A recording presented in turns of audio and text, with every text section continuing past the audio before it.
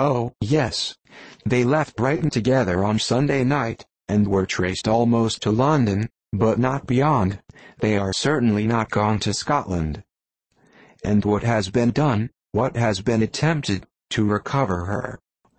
My father is gone to London, and Jane has written to beg my uncle's immediate assistance, and we shall be off, I hope, in half an hour. But nothing can be done. I know very well that nothing can be done. How is such a man to be worked on?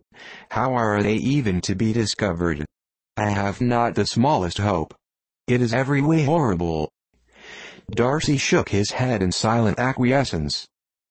When my eyes were opened to his real character, oh, had I known what I ought, what I dared to do. But I knew not. I was afraid of doing too much. Wretched, wretched mistake. Darcy made no answer. He seemed scarcely to hear her, and was walking up and down the room in earnest meditation, his brow contracted, his air gloomy.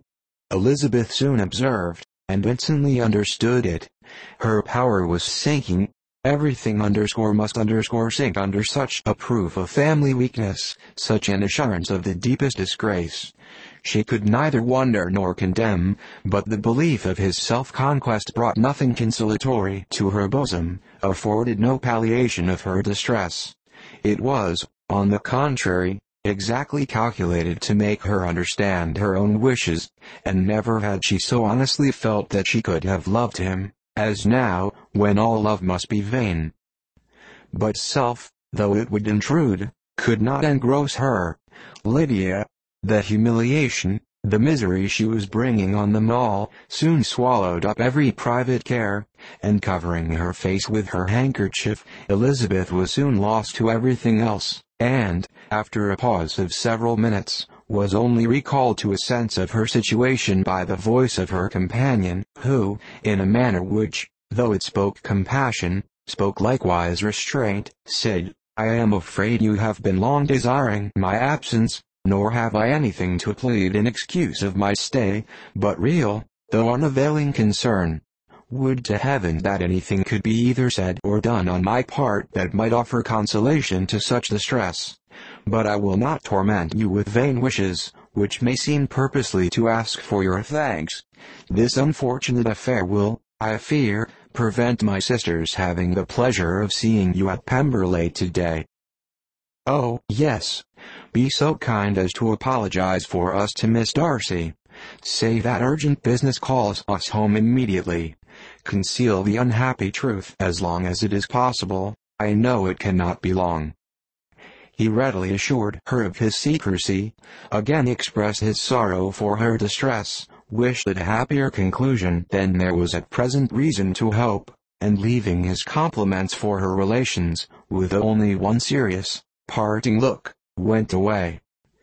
As he quitted the room, Elizabeth felt how improbable it was that they should ever see each other again on such terms of cordiality as had marked their several meetings in Derbyshire, and as she threw a retrospective glance over the whole of their acquaintance, so full of contradictions and varieties, sighed at the perverseness of those feelings which would now have promoted its continuance, and would formerly have rejoiced in its termination.